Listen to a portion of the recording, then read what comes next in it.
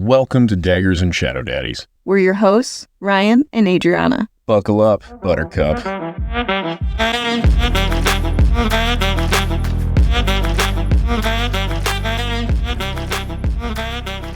Do you remember the last thing that you wished for in the last episode? Show them to me. No. Oh, different. That's what I always wish for. You wished for Nesta and Amren at the end of chapter 14. Yeah. Oh, that did not happen. I would have remembered that. You're so full of shit. But what, you did get a sex scene at the end of 14. You did predict that correctly. Just not the one you wanted. I'm like a dipshit Stradamus. I had a couple little points that I found when re-listening to older episodes that I wanted to bring up that are kind of coming, that are, I don't even know what They're coming hard. Coming fast. Do you remember when Feyre was being covered in tattoo paint, or like that paint stuff, before she was going to go drinking, and in the evening, she overheard the Adder talking to someone who is like this big badass dude who didn't care. Amarantha needs to get her shit together type of dude. Do you remember that guy, and who do you think that was? I have no idea, but I'm so glad you brought him up because I forgot he existed. I wondered if he was the prince. Prince Cardwin. Oh, Caradwin. Is that one of the twins' names? Yeah, one of the twins is that put the paint on her. Yeah. Caradwin and Kathy. I don't know their names, but Xaden is who I wondered if that guy was who showed up. Xaden. I love that she gave him such dweeby names. That's actually really fitting for Xaden's personality, because they talk about how the sister is who he kind of is always looking to for approval. So I don't think it was him. I don't think we know who that was who talked to the Adder. No, I completely agree. Also, if your name is Dagden, I'm sorry, but you have a shitty name. And then the other one that I had was Amarantha likely has really good shields to block against Rhysand because of the twins. Oh, that's a really good point. Other than the twins aren't that powerful. They're really powerful as Damati. They're less powerful than Feyre. Well, Feyre managed to shield an entire community. Okay. That prevented them from getting in. I think they are experienced once they're in your brain, but I don't think they've got the old jackhammer to get through the walls. That's a good point. Yes. Okay. Yeah, I just wondered if Amarantha was that good because of the twins. When they said that we've been here for 1,000 years, it made me realize how old they were and that they definitely knew Amarantha and likely trained her. I wonder how old Amarantha was, because she was one of his most trusted generals, right? Like, he's been around a long time. She's clearly been around the block. I don't know. I have no idea. Yeah, we've gotten confused on ages and timelines before, so I don't even address them other than I have a thought while we're discussing things we should never discuss. Then we'll get back into where you're at, because I think you're at a really interesting spot in the book, and I'm going to walk us just a smidge the wrong way. Okay, where are we going? We're going to the point of, since Fae view humans in large part as so much lesser beings, like less evolved, is that the same as a human fucking a chimpanzee? I don't know if But you can see what I mean? Where we're like, oh, they have thumbs, we have thumbs. Cool, we're same. And then they're like, yeah, but these idiots will do anything for a banana, and they're busy eating bugs off each other. They can't consent. Humans can consent. They could, but even if an ape came up to you and was not I'm not saying a dude and a female ape, even imagine a man ape comes up and he's just, Ryan, no, we're not imagining okay, this. don't close your eyes. You can leave your eyes open. They weren't closed. Please stop closing your eyes, Adri. It's just a regular ape. I wanted to bring something else up about the humans and Fae. I told you we were going for a walk. This isn't a walk. It's a brisk walk. You teleported us somewhere else. I would say it's an adjacent neighborhood, and the fact that you said teleport and not winnow means you're not in it to win it. Okay? I'm here to help. I just had that thought where I'm like, oh, how gross.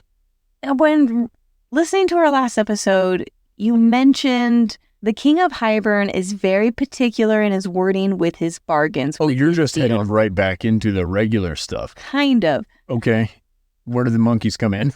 Nowhere at all. Oh, it's different. I wondered if he was making deals with the queens to be Fae, or when they talked about how the cauldron is for remaking worlds, if their intention was to turn all the humans into Fae within a bargain. So then you have these long-living slaves. Okay. I think the queens were self-interested. Yeah. Because if they weren't self-interested, they would have brought this up to their communities, their countries, their constituents, whatever you want to call them, and selling this idea to them so that these people would be as helpful as possible, right? They're not doing any of that. This shit's all behind closed doors because it's like politicians and lobbyists. It's not for you and me. Yeah. They're getting their own wheels greased. I just couldn't figure out what the cauldron is used for remaking worlds or making... The mother created everybody, right? I don't know what you're talking about. The mother? Yeah, there's a mother? I don't remember. Doesn't matter. It's not important. I thought Amryn at some point mentioned the mother. Instead of saying cauldron boil me, she said something about the mother, or maybe it was Feyre. It was like mother or something. Oh, I don't know if that's in reference to like Mother Earth. I feel like I've said this. No? I don't know. Oh, man. I think I'm just getting deja vu. We're deep into this book that the little details are getting lost. I'm trying so hard to cling on to a few of them that don't matter. We started with chapter 8. Feyre and Lucian brought the bogge. Is that it? Yeah. The bogge after the twins. It's spelled a little different than bogey, like the golfing bogey, so I couldn't remember. How's that one spelled? B-O-G-E-Y? There's B-O-G-E-Y. This is B-O-G-G-E. Boggy. Yes. I like that. It reminds me of bogger. You know, like an open season. No. What's bog short for? Bogger. Oh my God, why did I set you up? No. I'm a child. We learned that Feyre and Lucian, that they brought the bogey after the twins. What's bogue short for? That would have been so much better. Why did I leave that on the table? Hold on, can I try it again? No. Oh, okay. I want to talk about how they set a trap. I want to talk about how you had me re-listen to 7 and there were babies hanging in the trees. They weren't. They're like 17. Which in Fae years is babies. But they're humans, so it's regular 17-year-olds. That's true. They are young. Teenagers. They are young. Fuck them. Stop. Yeah, it was a sad chapter. It was so sad. Honestly, the idea of all I heard was, and they were hanging there in the trees or some shit like that. And I was just like, oh.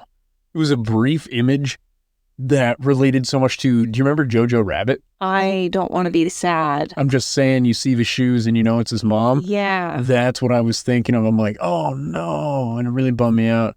Yeah. You're right. It was so sad. Now I feel it kind of validates what they did to him. Oh, 100%. And I love the writing and how we found out what they did to them.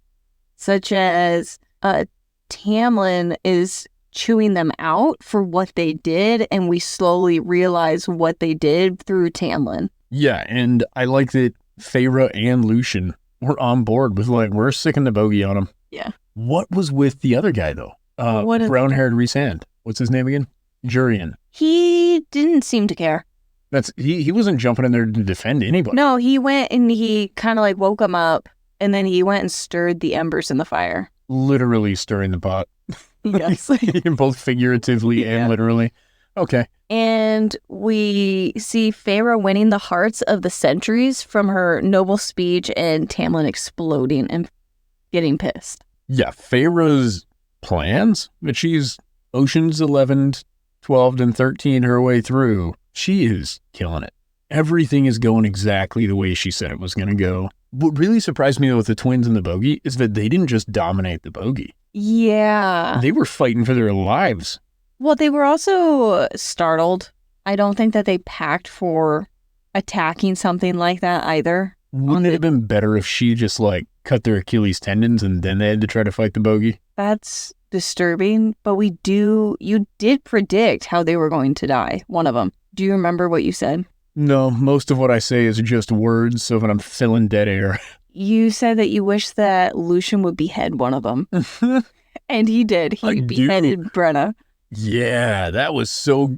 I thought it was... You're right, it was Brenna. Yes. Yeah, good call. But we're not there. We're at chapter 8. They came back. They got chewed out by Tamlin. This is when she does her whole speech, and she doesn't protect herself when he flips out and explodes and hurts her.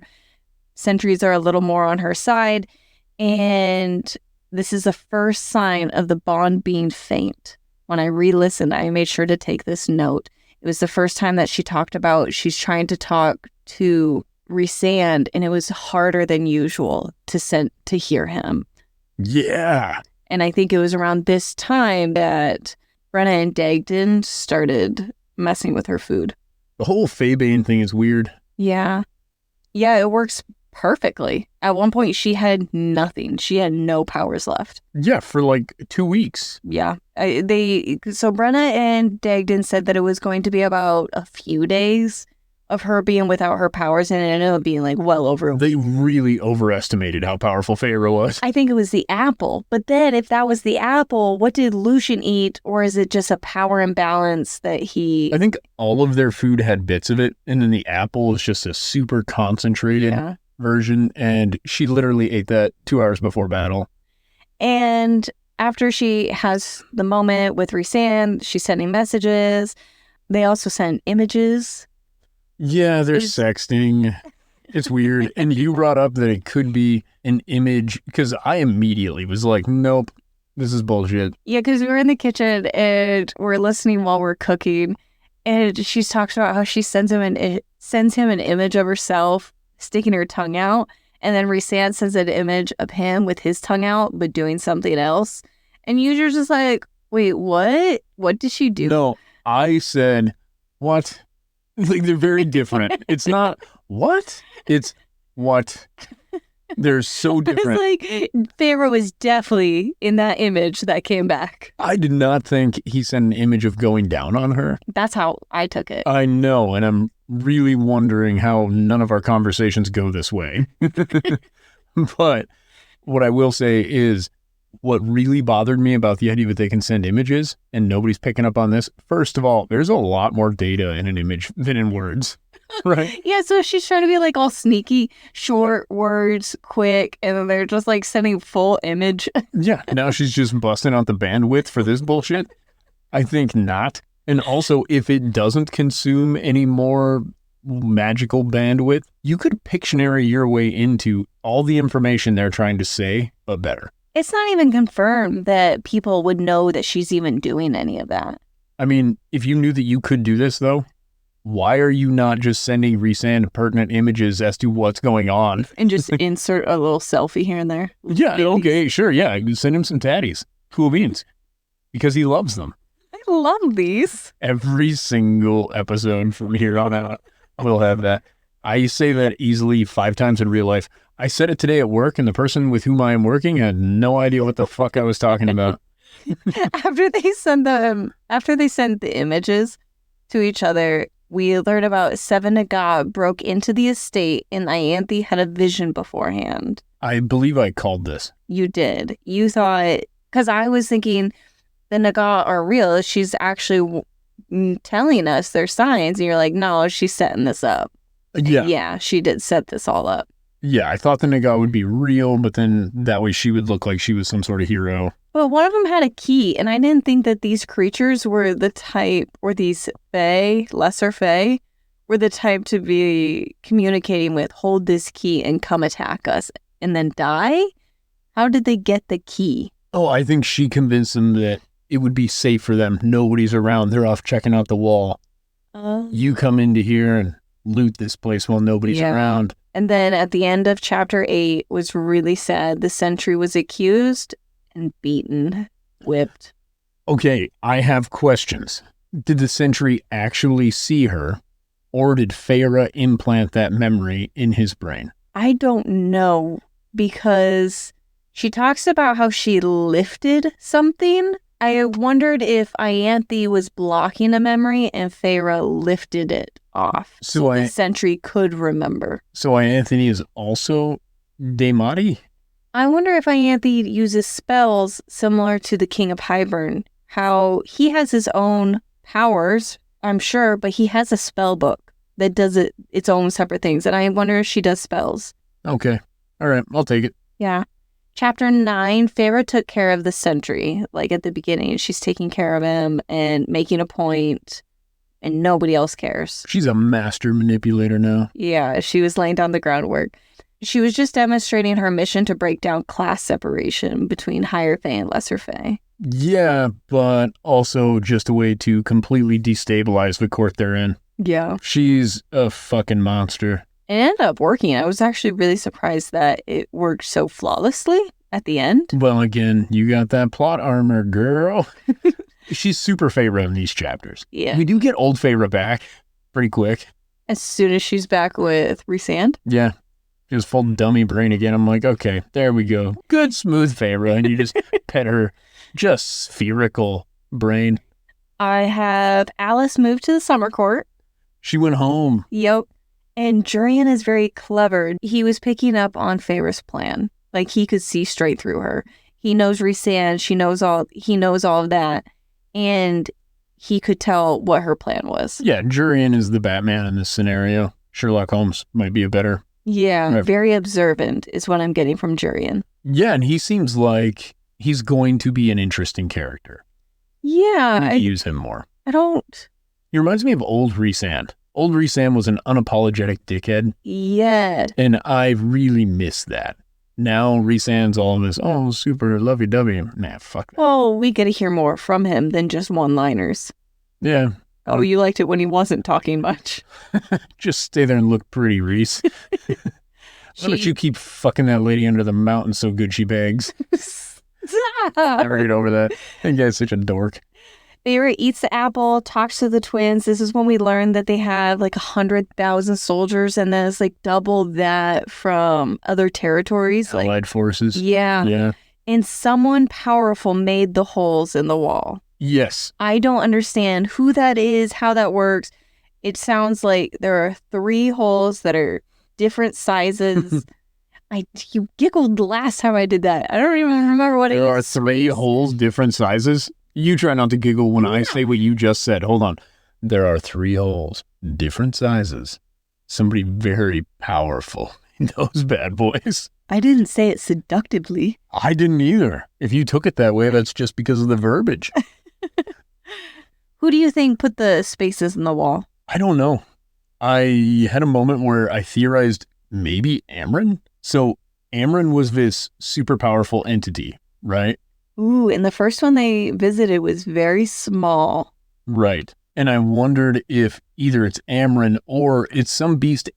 Nah, beast is probably not the right word. It's some creature or being that Amren is aware of and maybe at some point was cohorts with. Wow. Like, yeah, when she said don't put the 2 books together because there will be more old and wretched beings that will come for you. Yeah, and Amren is so old. Like, when we really look at this, Amren was not an ally of that court until Rhys was High Lord. Yeah. Rhys said, hey, why don't you come work with me? I'd really appreciate it. And she was like, fuck it. Nobody ever asked me to do that before. I think if she was involved in the war, she might have been on the other side of it last time, just out of pure boredom. I don't know. Right? I like that theory. Because, yeah, she mentions the sizes and compares them to themselves. And the cauldron is for remaking worlds. We learned that. And this cracks me up. The twins are talking, right? And Feyre's acting cool, calm, and collected while she eats her apple. This is laced with bullshit. Like, Yeah. they are also playing her. She was bragging about solving the riddle. She's like, well, I solved Amarantha's riddle. I laughed out loud. I'm like, you sweet summer child. You were playing awesome. Right up until that point, she was the smartest girl. And she's like, I conquered Amarantha. I solved her riddle. I'm Feyre Cursebreaker. Also, if I have to keep fucking hearing Feyre Cursebreaker, like, what are you talking about? You died, and you barely made it through. Like, up to that point, you nearly died. If it wasn't for a magical eyeball on a hand teaching you to slowly read which lever not to pull. I'm still laughing at, like, you died. She did. She didn't do it and survive. She did it and died and then was revived, reforged by these high lords. Like, I appreciate that she is who she is, but I sometimes think back to book one Feyre. Book one Feyre was a fucking idiot. And I liked her more when she was a human idiot. Then book two, she spends most of it being a Fey idiot, which I did not find as endearing until halfway through that book. I like this version of her. I wish we could have kept this version of her. Well, we we'll still may. Yeah, maybe we'll get her back. But when she sees Rhysand, she goes all googly-eyed and smooth brain. I think that's normal. And this chapter ends with, she gave a sentry a backstory as to why she left, and she has a Homelander moment with Ianthe. It's the moment where she sees Lucian tied to a tree, and then she takes over her mind, and she has her smash her hand into a rock while she's crying and weeping and screaming in her head internally, and Feyre is giving her commands, and Lucian is standing back there like, what the fuck is going on? And it was just a psychotic moment. It's not that I didn't feel like it was needed.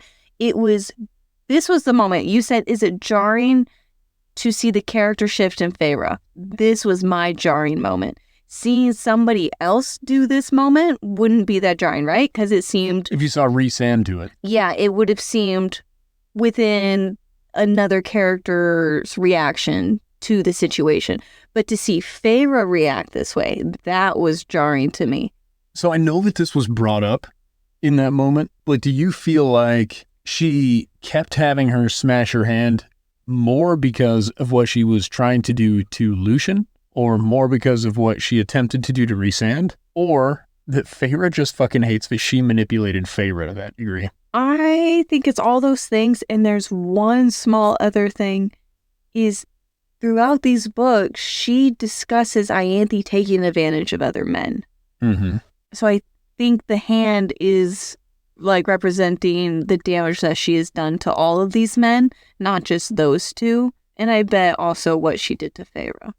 Well, and I think it's all included. I just didn't know, I don't know to what degree we think each one caused her to quite go that far. I'm not going to lie, I liked it. I was in shock. I had to sit down and take it in, experiencing what was just happening, because I was thrown through such a loop that Feyre was doing this. This to me was not Feyre. It's not that I disagreed that Ianthe deserved it or whatever that may be. You're like, this isn't our girl. This isn't Feyre. And then she kills, and within this same chapter, I think, or very soon. Okay, yeah, it's in the next chapter. We have the Brenna, Dagden, and Feyre and Lucian all fight. So she keeps Ianthe alive and tortured forever with whatever, I don't remember what she said. But then she kills the other two. Why not kill Ianthe? Oh, no. See, this is where this makes sense to me. And this is where I don't want you to think that I'm a psychopath. You've had a few moments. Well, you've said a few things where you're like, let's just kill Lucian. I'm like, why? Well, I mean, to be fair, we could have. Now we got to keep him. But I think killing Ianthe is a kindness that she doesn't owe Ianthe. Yeah. The whole point in letting Ianthe smash her hand to that degree, Feyre says, remember this. Every time you consider reaching for somebody who isn't wanting to reach you, basically. Anytime you have an intimate interaction with somebody, it will be because they approached you. This needed to be bad enough that it was enough of a deterrent for that memory to stop this behavior. While I do not agree with this being a logical way to handle people in real life, it is 1,000% logical in this scenario. Okay. And Feyre in the first book, when she's talking with Tamlin, they're discussing Tamlin. I remember Tamlin saying something about like, I would have fought against my family on the human side of the war. And Feyre has her moment where she's like, I don't think I would. She's like, I would do whatever it took to protect my family. I forgot about that. Yeah, she did say that. And I think this is more of that showing through. I think it makes her kind of morally gray. And I think reminded of that. It was definitely a reminder, because I saw her as always trying to save lives. And it was confusing. Even under the mountain, but she also doesn't value Fey life the same way she used to. Yeah. You remember how she felt when that little blue Fey came in with his wings ripped off? Yeah. And that was the first Fey that she actually felt sorry for, and that's when Tamlin started to realize that, oh, maybe she doesn't hate all Fey. She's slowly warming to us, blah, blah, blah, because she's like, nobody should die alone. Yeah. I hope somebody holds my hand when I go, right? I forgot about that moment. In chapter 10, that's when Brenna and Dagden show up and they tell Lucian she's Daemati because he has this what the fuck face the He's entire not Batman. time. We went over this the other time where you were giving him all of his credit for being so perceptive. And I'm like, Yeah. oh, yeah. And I'm like, I think you might be giving him a little too much. This is what solidified my opinion. Because I started to think like you, where it's like, no, Lucian, maybe he is really more on top of it than I'm giving him credit for. No, it turns out this guy can't figure out. He's like, I don't know. She just took off my chains like Feyre asked her to. And then she started bashing her hand with a rock like Feyre asked her to. And then they're like, she's Daemati. And he's like, what? I thought she was just quite persuasive. And then just was moving on. Brenna mentions that, Brenna asks her about how she's been feeling and if the messages to Rhysand, she doesn't say it like outright. It's like she implies sending the messages back to Rhysand, is it more difficult? And it was just enough information to know that they know that she was talking to Rhysand, but not enough information to know how they knew. They're Daemati. I think what I ended on was anytime Brenna uses her power, because she's getting ready to go use it against Lucian, I think, Feyre mentions she sees like this dark spear thing going after him and she blocks it. Like she sees these things. It's visual for her as well. And I wondered if she has something like that to Rhysand and that they saw that stuff. They're just looking at this and they're like, oh, I see the picture. Oh, Feyre, put your tits away. Lucian then takes out Brenna, exactly as you expected and hoped. Dude, so gratifying. In my innocent little mind, I'm like sitting there listening and her body falls and thuds. And then it's not until he pulls the knife or pulls the sword out of her that I'm like, oh my God, he killed her. And you're like, you just now got that? Hold on. Because what it said is her body didn't fall. Her head fell on the ground and thudded. And then you're like, I got to re-listen. Did you realize she died? I'm like, what the fuck are you listening to right now? How is it so different than what I'm hearing? I was like, Adri, he beheaded her. And you're like, oh, and then we go back. Yeah, I'm glad exactly what happened. And in fairness to you, you are so good at taking notes and actually remembering what's going on. I know what's happening in the exact moment. And then 4 months from now, I will remember what happened in these chapters. I cannot do it like this. And Feyre ended up taking out Dagden, which shows her level of power. And I think Lucian was surprised at Feyre. Oh no, Brenna at one point was even surprised. They were all just shocked. They had I don't know, Feyre had them fooled. Yeah, both ways though. They're like, oh, this apple's going to take out your power for 2 days. They're like, she must be super beefy. We're loading this apple up with Feybane, which... why couldn't it just be like Wolfsbane or something? It had to be Feybane. Yeah. Like fairy wine. Like, what are we doing? You're writing a book. Come up with some names for things. Anyway. She had enough to winnow to the edge of the spring court to one of those little tunnel things, and they tunneled into Autumn Court is what they ended on in chapter 10. Chapter 11, they enter Autumn Court. Lucian knew she was using Dawn Court power and said his dad will be upset knowing that Feyre is using his power. He brought up that he had a friend and she could use the power the exact same way. Yes. Do you think maybe that was his old love interest? He brings her up like she was a past person, not a current person. I used to have a friend who does have that power, but instead he says did. Oh, I don't know. Maybe she died some other way. Do you think someone that has that level of power would be someone not worth? Because I thought it was almost, I guess you could have, it was more, I don't know. I don't know, man. There's like dukes and duchies and stuff. Yeah. No, I don't understand. We're not English enough to grasp the concept of royalty. In there, it was just a nice reminder of Feyre is keeping her powers a secret because she did not show Tarquin that she could use his power. She hasn't shown Tamlin that she can use his power. And when Lucian saw that she's using fire, he's like, my dad's going to be pissed and you better watch out because he's coming for you.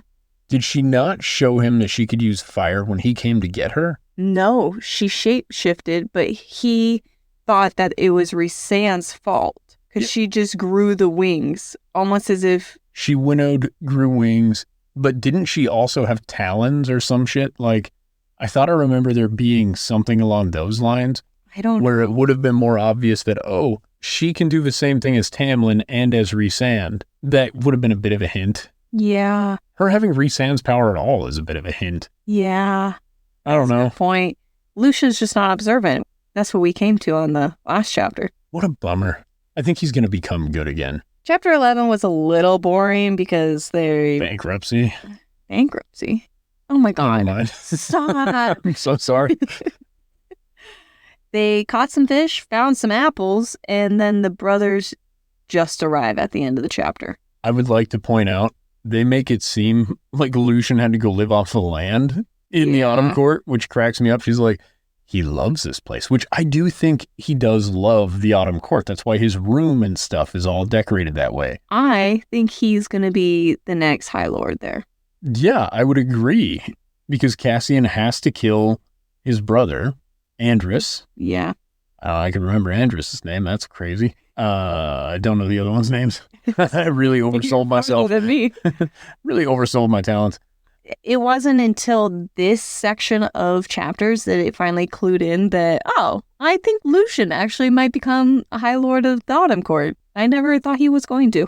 All right, dumb question though. Feyre, so his brothers show up, right? They're sleeping in a cave. Yeah. His brothers show up, and Feyre's like, I can feel it. My power. It's coming back to me. A little trickle, not a lot. I don't think it was coming back. I think that it was fading away, but because she was in the Autumn Court, her firepower was stronger, even though it's still fading. So we do agree it's environmentally yes. effective. And the same thing happened in the Winter Court. When she was there, it was easier to pull the ice.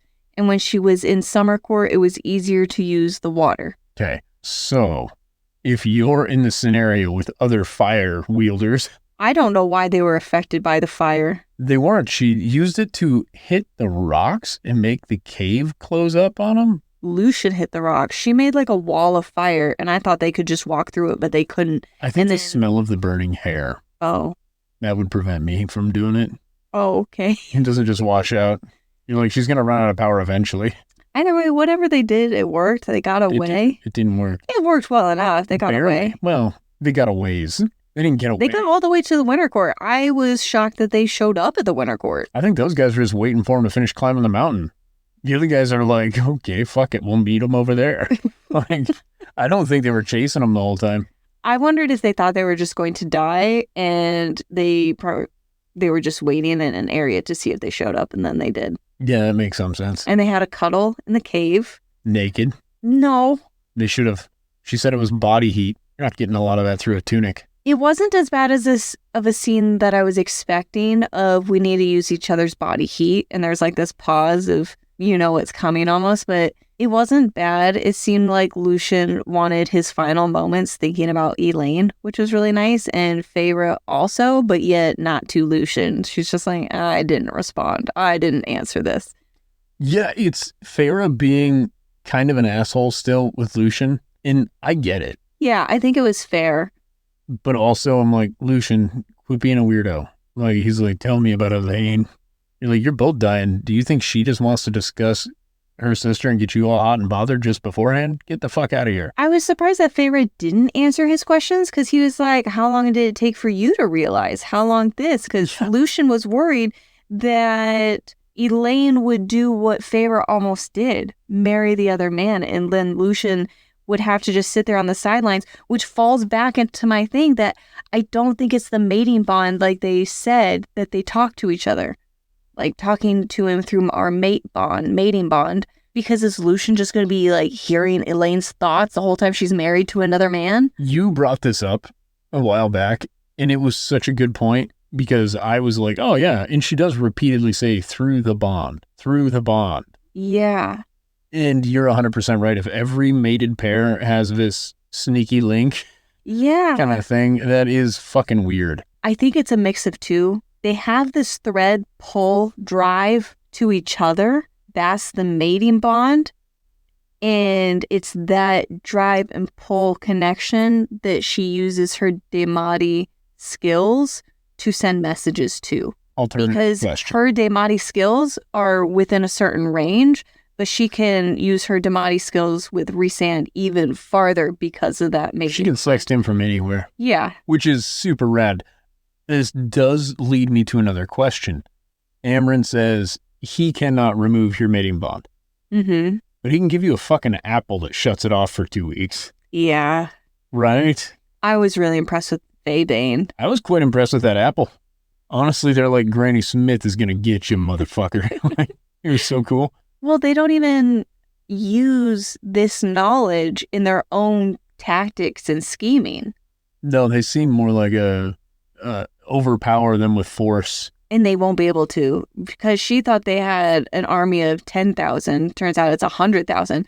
And I think we're going to learn something about Draken's army. What I would also like to add, the cauldron cannot take down the wall on its own. No, but it can use the information. No, I said it will use the space in the wall and how that was done. It's almost like reverse engineering how that was done. Yeah, it's got some form of pseudo-intelligence at this point. It's not anthropomorphic, but sort of animated. I don't know how you tell it what to do, but maybe spells of figure this out. Do this again. Be careful, we're going to take a leg off of you. That's what I imagine it is. But my follow-up to this is the cauldron can't figure this out, but something was powerful enough to rip 3 holes in it. I think they were 3 different things because they're 3 different sizes. That's where I thought Amren would be one, maybe. Yeah. But if that is the case... Amren's just being quiet about it, and finally someone just brings it up when she's in the room. She's like, oh, guys, like, I did that. Yeah, that was years ago. That was like 2,000 years ago. Well, and also remember... the wall is only 500 years ago. I'm being ridiculous. Yeah, but also remember that Amren is not at full strength. In this body. That's right. Correct. Rhysand said, if things go tits up, my whole game plan is to release her and then set her free on the world. Yeah. Like... Is that what she wants? The WMD. I think if everybody else is going to die, she's had her fun with being a regular human. I think at that point, not even a human, but being a Fae at that point. Yeah, I think she's like, fuck it. I could just destroy this shit and start over. I think she is the great destroyer of their group, right? Yeah. But there's things out there that scare Amren. And this is why I don't think they're going to be able to beat the King of Highburn. I think they're going to get all jacked up. There's going to be this big battle. And then 7/8 of the way through the big battle that's going on, all this shit, they all need to work together to beat this super bad thing. That's my guess. All right. The theory has been put in. We'll see what happens in the next 3 motherfucking books. Chapter 13. Also a form of bankruptcy. Go ahead. So sorry. One of the brothers is using his fire power to melt the ice. She is now regaining power. As in the Autumn Court, she was losing power, but it was enhanced with the fire power enough that she could use it, and then it went to nothing. And now she's getting it back as they're in the Winter Court, and she's getting enough of the ice power. She's trying to freeze it again. And Cassian and Azriel show up. Okay, before we get to that, because that is the most badass scene we're going to get for quite some time. And their entrance is almost, I'm going to say it's 3/4 as good as Rhys's entrance to her wedding. That was my next question, is how would you compare their entrance? 75% as good. It was good. It was awesome. I was excited. I was grinning from ear to ear. I was so happy to hear that they were there. And the way they showed up, it was just darkness. Boom. And then he just stands up. He's like, I'm going to fucking take you down, big dog.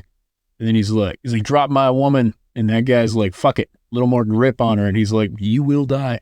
But before we get to all of that, Lucian and her are fighting for their lives. She gets shot through the hand. Arm. Whatever. She gets shot somewhere. Yep. Just before that, she's like, I can remove the ice as easily as I could form it. Okay. This dude is standing on the ice, not 40 feet from her, because when her weapon, when she's de-weaponed, whatever you call it, what is that? Disarmed? Yes. De-weaponed. When she's disarmed, her blades are 40 feet from her, right? Which is not that far if you're able to move very quickly. But regardless, not a great thing. That means the dude who disarmed you is right there. Why the fuck wouldn't you have just removed the ice from where he's at? He doesn't have wings. Let that dude splash down on the ground and then reform the ice over top of him, and he couldn't melt that fast enough to get out. There's no oxygen under there. There's no fire. I took it as they are in defensive mode, not offense. They're going across the lake. There's panic. There's worry. She's not even sure she even has any powers when they are there and starting to melt the ice. She raises an ice wall before they get to her. But I took it as she's just trying to be defensive. Every action she's doing is defense, defense, defense until Cassie and Azriel show up. And that's when she flips into offensive mode. All right. I want you to also bear in mind, I'm doing this devil's advocate. I am very, very satisfied with everybody in this book, right? That being said, then what was the point of bringing up I could eliminate the ice as easily as I could create it? I don't know. Maybe it's just a way of her recognizing it and we'll see it later. Yeah, wouldn't it have been a good time to see that while you're in battle or the dude's holding on to your hair? Remove the ice, make it go away for a second and trap that dude halfway in the ice. Like, there were so many options. None of them required a lot of planning. Most of them could have been done on the fly. I don't think Feyre's very creative. I would believe that if the first 12 chapters of this book, she didn't just off the cuff come up with the most insane plans that all went exactly her way.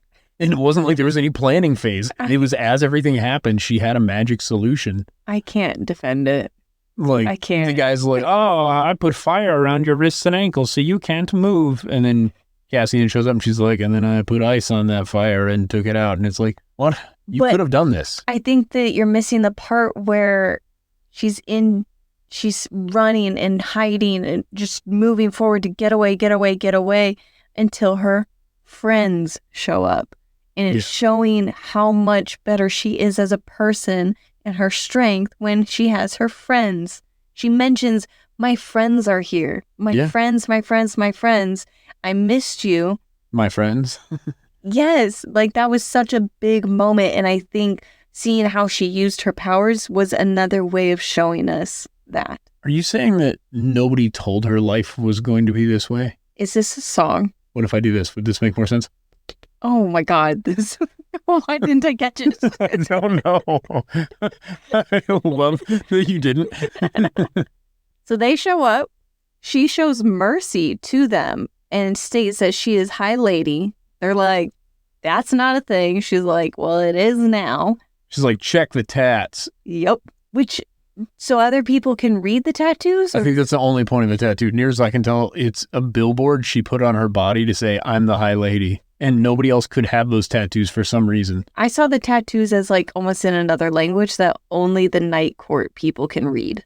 So I don't know. The funniest thing about that to me is Feyre, multiple languages. She just barely got a grasp on the first one. Like, she's really having a tough time. But I would also say, would you believe somebody if they removed a glamour from their arm and they have this crazy tattoo? Or would you assume that they glamored the tattoo on their arm if they were capable of glamour this whole time? And how did she keep that tattoo hidden from Lucian the whole fucking time when she has no powers? Stop it. I'm sorry. It was a question. I forgot about that. Well, maybe glamour is a different... No, it's not. I don't know. Maybe it is. It's different power. Stop it. I'm so sorry. I didn't even think of that. It's a good book. And I want you to know that I'm enjoying this book. Well, even if they didn't believe her with being the High Lady, where they're like, that's not a thing, it was enough of a power imbalance that they all stopped because they knew they were going to lose to Cassie and Azriel. And then I assumed that they went back to their kingdom and talked to the priestesses and asking, is this real? Is this something that happened? You guys would approve of this? And they would say yes.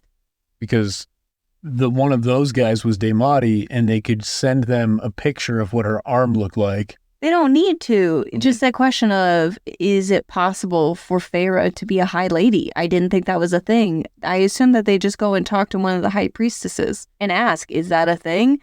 But it wasn't yet. They would have to have heard news of this. News or not, they went to a priestess in the Night Court and got it approved that she is the High Lady. And I'm just saying that other priestesses in other locations, whether they know that it happened or not, that ceremony, they would know if they could perform that ceremony for someone. I suppose I'm looking at this more like Feyre brings this up to Tamlin. Tamlin's like, not a thing. Everybody other than Rhysand has said this is not a thing. Now, could Rhysand, as the leader of his night court, go to the priestess and say, she's equal to me now? And they're like, what? And he's like, I didn't stutter. She's equal to me now. Tat this bitch up. So she gets all tatted up, and it's recognized by the church or whatever. Okay, I didn't take it as Rhysand using his authority to validate her being a High Lady. I took it as Rhysand said this is a thing, and a priestess did the ceremony, so therefore it's a thing. And I thought the priestess was more of a formality so that it could be recognized elsewhere, but I thought there would need to be a bit of an announcement. Like, imagine the Pope just comes up with some shit. I don't know, I guess I'm not Catholic. My dad was a Catholic, and what I learned from him is when the Pope tries to change something that is considered long-standingly true within the Catholic Church even, there's blowback even within the Catholic Church. Oh, I see. Like, your bishops and stuff can still go, yeah, well, Pope, at that time it was like John Paul II, last time I was paying attention. I don't think it's a person at Pope authority. It sounded like it was not a high priestess that did it. It was just a priestess. Yeah, even more so. I would say if this was something that could be done and your priestess is aware of the fact of, no, yeah, anything could happen, not everybody else that hears about it would be so shocked. Yeah, I see what you're saying. I think that what really sold it to him is probably the idea that Cassian skewered Andreas, something like that. I had it. Nobody died. Correct, but he did get stabbed. Yes. That dude's in the middle of being murdered, and Feyre is like, stop. And Cassian and Azriel stop. That alone shows that she has quite a bit of authority. Yeah. I think that helps sell the point more than the tattoo. Okay. I feel like the tattoo is sort of just a thing now where they can go back and tell people like, no, she says she's High Lady and she's got this wild tattoo. And they're like, wow, this totally could be. This makes sense. I didn't think anything of the tattoo other than it's a symbol. And I even have the note. Clearly, it's a thing if a priestess approved it. So I was putting a lot of weight in the priestess approving it. And then Feyre turns to Cassian and says, take me home. And I heard that scene similar to a woman in one of those cliche rom-coms getting in the back of a taxi. And she tells the taxi driver, take me home. And he's like, I don't know where the fuck you live. In this case, Cassian does, but the amount of times she says home, I almost wanted to re-listen to these chapters and do a counter of how many times she says home. I did too. Home. She even calls Rhysand's dick home. She does, and home is where the pain is. Yeah, she's just like, he's like thrusting into her, and she's like, this is home. It's good to be home. He's parking in the garage. Good for him. Honestly, I'm about to give Feyre a bunch of bonus points, and I'm about to take Rhysand down just a hair, not a lot. But I also want to discuss one other thing. They fly and they see Mor. That was such a touching moment where Mor felt so bad for not being there for her. Mor brought them there. Correct, and then felt so bad not being there with her. I love Mor. I do too. It makes me so happy. I know, and that's she can't do any wrong to me right now. Maybe I am giving Mor all the credit I should be giving Feyre. But I'm like, Mor's like, I couldn't do it. And with, Andreas or whatever his name is still there, it wasn't a good deal. And Feyre, to her credit, is like, you don't have to relive that fucking trauma for me. These dudes busted him up easy enough. Yeah. We're square. Gives her the hug. And I felt so toasty about that. I was like, how lovely.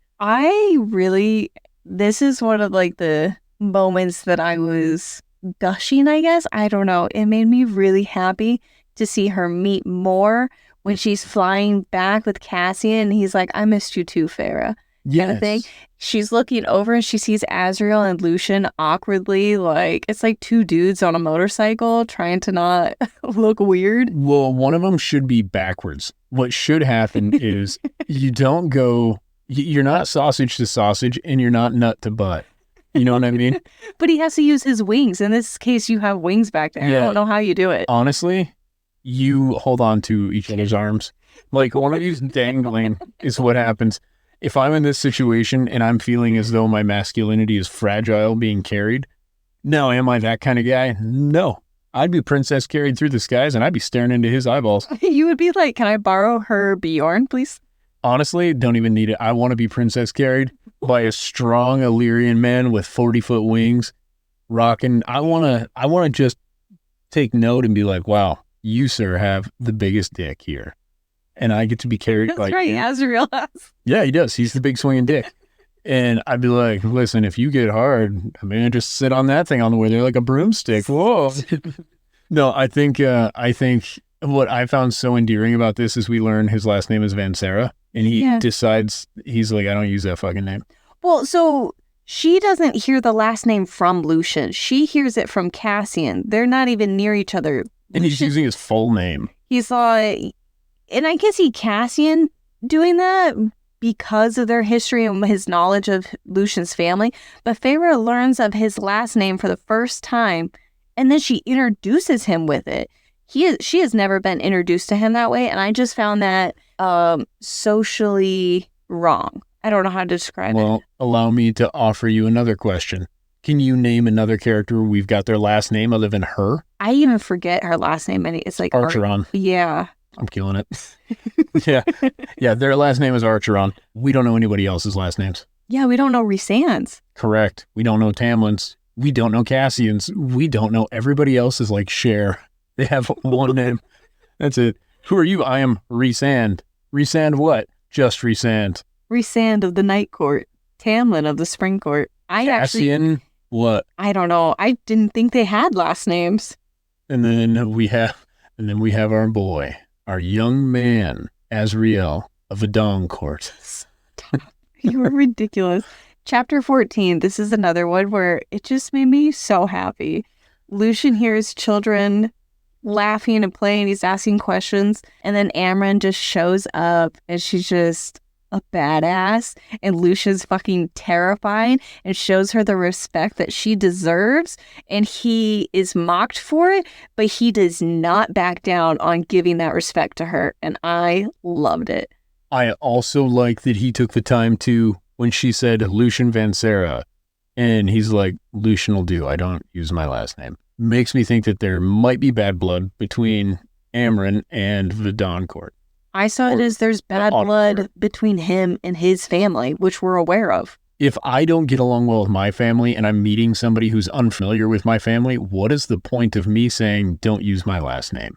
Also, that person puts the fucking fear of God into me. I'm not correcting them. Ooh, what if it's him saying it because he knows he's going to be here a while? Sure. I think that's totally possible too. I was just thinking there's got to be some reason for him to not want her to associate him with his last name. When it was first said, before Feyre then explains, I bet he dropped that name when his dad did to his mate. The first thought that I had was Lucian is going to become the High Lord of the Autumn Court, and his last name is going to be a point of conflict that he's not going to want to use it or something. Well, good news. You'd be the only fucking High Lord with a last name. You don't even need one. Nobody else has got one. Well, if him and Elaine get together, that would mean he can be Archeron. He could be Lucian Archeron. Yeah, I guess I was going the direction of you have two sisters that are in each court. Yeah, that seems like a conflict. I don't know about that. Well, and then if Nesta gets with Amren, she's in charge of everything. It could happen. We hope, but I don't. It could happen. There's a book left to be written and 2 more of it I haven't even begun. Then Rhysand shows up, and their way of seeing each other I thought was so cute because she just fell to the ground and he came to her. And then it seemed like such a you moment where it was just like, all right, everybody, you better leave. That's what I was going to beat him up for because it is a realistic thing where you're like, we're going to be making animal noises. This is their second time doing it. They did this at the Illyrian house too. He like comes in, she smells him, and then everyone just left without a word. Yeah, which I think is the appropriate response. However, what I think is really, again, there's going to be some give and take in some points. Rhysand does not even meet her en route. But yet, he's like, I wish I could have been there. They flew from wherever they went to Moore, right? And then Moore winnows them to the house. Cassian and Azrael were with Moore. Mm-hmm. They didn't fly to her. from the spot on the ice to where Moore was. Oh, I thought you were talking about when Moore went to drop them off before they left.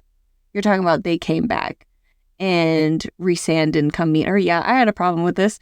Rhysand went to the spring court when he first couldn't hear her.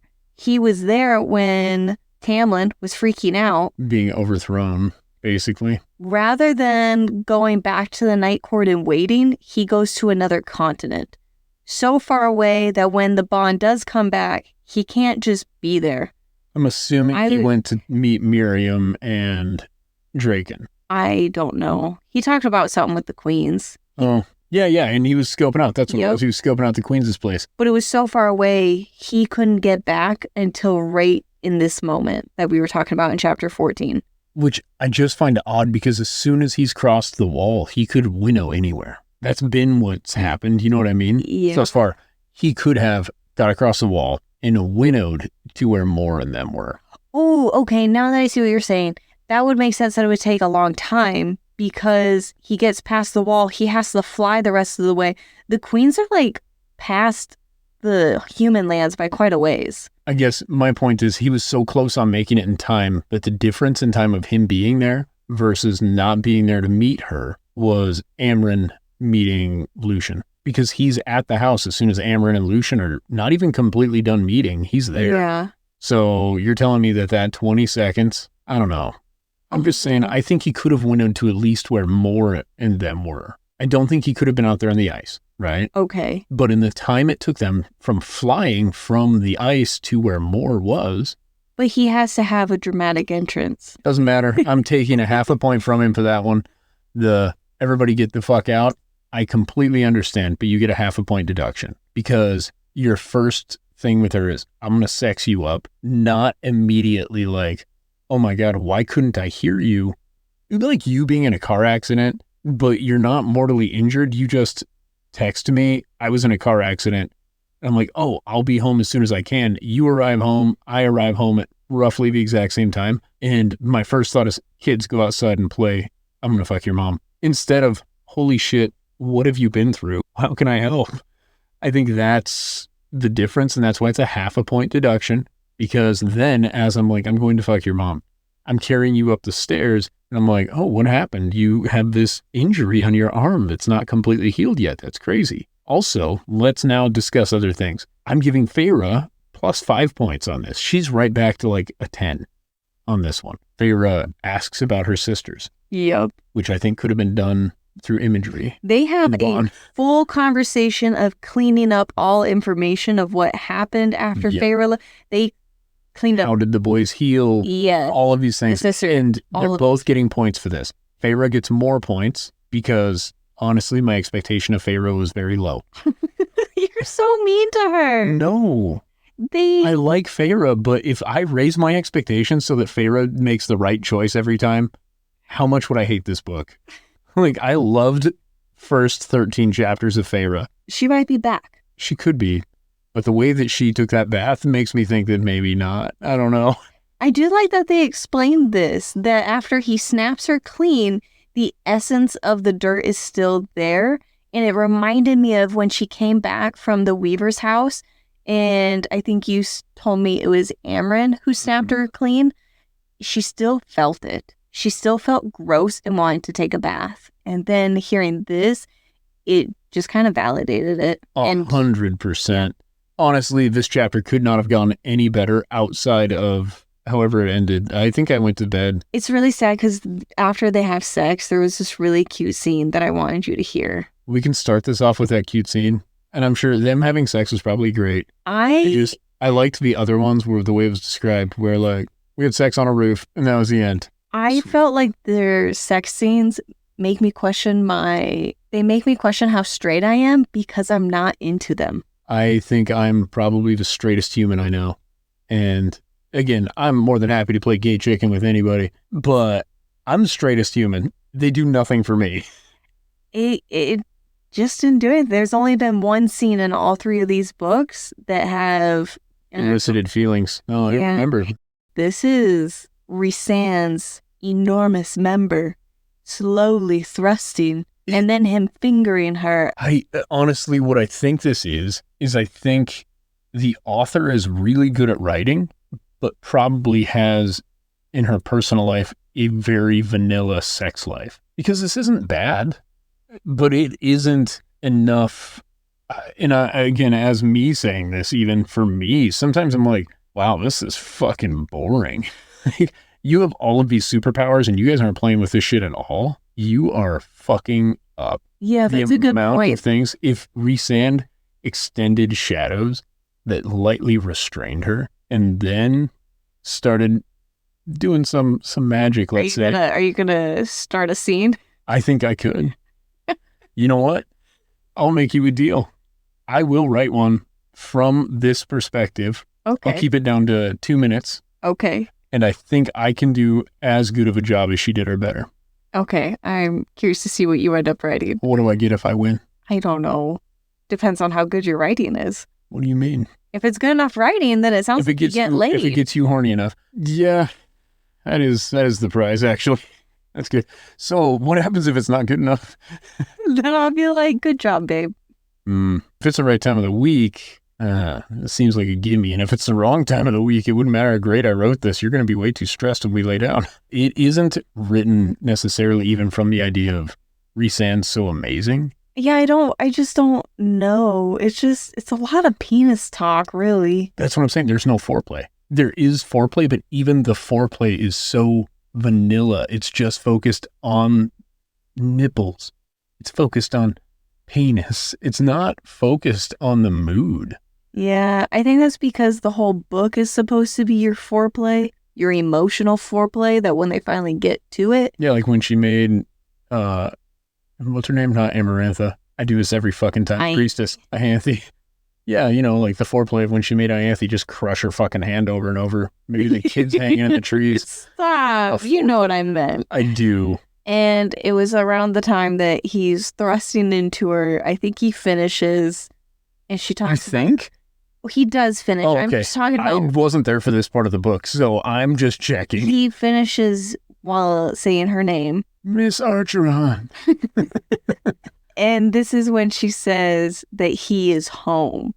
So after the thrust coming and saying he is home, I just have his D is home. Wherever he is, it's home, is what she's saying. Would you argue that he slid into home? Yeah. Oh, okay. You wanted so badly to tell me to quit, but you have to admit. I couldn't. It's as good of a joke. It's good. Thanks. Well, fine. And the part that I wish that you could have heard, and I'm going to make you listen to soon, is they're laying down and he's talking about how much he missed her. And he's like, not only did I just miss you and miss this, but I missed having you as my friend more. Yeah. And it was so cute because I'm like, they're besties. And he's just like, I really miss just being friends. Like, you're my best friend. And it was hard being without you for several months. Oh, dude, I couldn't imagine. If you went on a trip and you were gone, honestly, in a week, I would lose it. Yeah. There's no way. It was just the cutest moment, and it made me so happy. And I re-listened to this whole chapter 3 times now because I listened to it with you a second time. And I fell asleep for the sex scene twice? No, I stopped it at the sex scene because I kept telling you, just wait, I want you to hear this cute scene. And it never showed up, and it never showed up, and it goes into the sex scene. And I'm like, that's so odd because the chapter ends with him finishing. So then I'm at work and I'm like, I gotta find this so I can have you hear it. I could have swore. It wasn't awkward at all for you. You're played it fast. I sped it up. And you're like, I don't know why this isn't working for me. The intern's just looking at you confused. I wish she would put headphones on. Well, the fact that it did nothing for it was just kind of the background. And after we got through the scene, it's like the last 2 minutes or a minute is when he says this to her. I'm like, there we go. That's where it's at. Do you remember MacGruber? Yes. And they're having sex. No. And hold on. Yeah, in MacGruber. There's a sex scene in that? Oh, yeah. I didn't know that. Yeah. Kristen Wiig and Will Forte are having sex. Yep. Okay. And you're going to remember as soon as I give you the line. First of all, the way he orgasms, he's like, he makes that noise. And then he's trying to dirty talk to her. He's like, I'm gonna fill you up. Oh my God, that's She's that like- movie? And she's like, I'm gonna fill you up. And he's like, oh, okay. That's this movie? I thought that was something else. No, I'm 99.9% sure it's MacGruber. The amount of times that we just make that joke for like the last decade. I know. That's why I told you would remember when I gave you that. Here's the thing. That's the way these sex scenes come off to me sometimes. It's hastily written. They are hasty. Like, and I'm not saying we need longer sex scenes. I'm saying we need sexier sex scenes. Yes, because I don't know how she got so wet. It doesn't make sense. I think he's the best looking man she's ever seen. Yeah, just looking at him, and she's just like, I am so wet right now. Because in this scene, he like takes his finger down her chest, and he's like, should I start here on her nips, right? And he plays with them for just a second or two. And then he goes down and he like touches her down there and he's like, start here. And he like comes back up of something with her. He finger pops and then he goes back. Yes, but with her mouth or something like that. Oh, she had to have her own brand? And then he fingers her. I could be completely wrong, but I guess this is my version of events. Fingers her and she's just like ready to go. And then he's in. Okay. Now, alternatively, Henry Cavill pulls the exact same move on you. Me and Henry Cavill don't have hit. Like, I would be, what is it when you can't perform? That would be me. You have erectile dysfunction? Yeah. I would just be like, so, I don't know. No, I can't even imagine it. Even just like, it's uncomfortable. Like, he's a good looking man to just look at, but as far as like, actually, no. Maybe he's actually sexy though. Maybe he is. Saying. But Maybe his hips don't lie. You never know. All I'm saying is she's so incredibly attracted to this man. She is in love in her early 20s. yeah. That is such a powerful thing. Yeah, it's just, he doesn't need to put much work into it. And he doesn't. To be much fair, work. again, what really is disappointing, this is his A game. Why was Amarantha begging for it? I've lost faith in Amarantha. I'm like, woman, this is the best you could get under that mountain? I think he's probably amazing. I think he has a considerable cock. Yes. And Feyre is happy though, but I had the same complaints with Tamlin. That's why I was like, oh, this is what we get with Tamlin. And it's better 100% with Rhysand. I'm more emotionally invested. But as far as the scenes go, they're not doing anything for me. No, and that's where I think, and I don't think that I need superpowers to write something better. I want to point that out. I'm not a gifted linguist in any sense of the word, but I don't think it's that hard if you, pun intended, boom, still got it.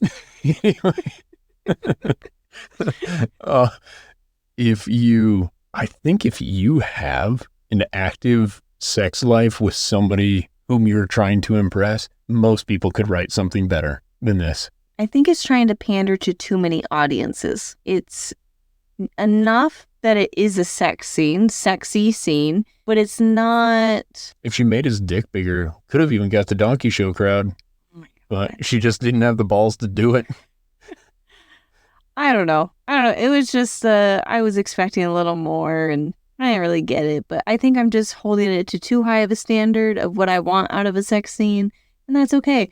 What I really It's not a lot of pressure or anything for somebody that has to live up to this shit in real life. No pressure at all. What I really got out of it was so much emotional happiness of her seeing everyone and everyone welcoming her.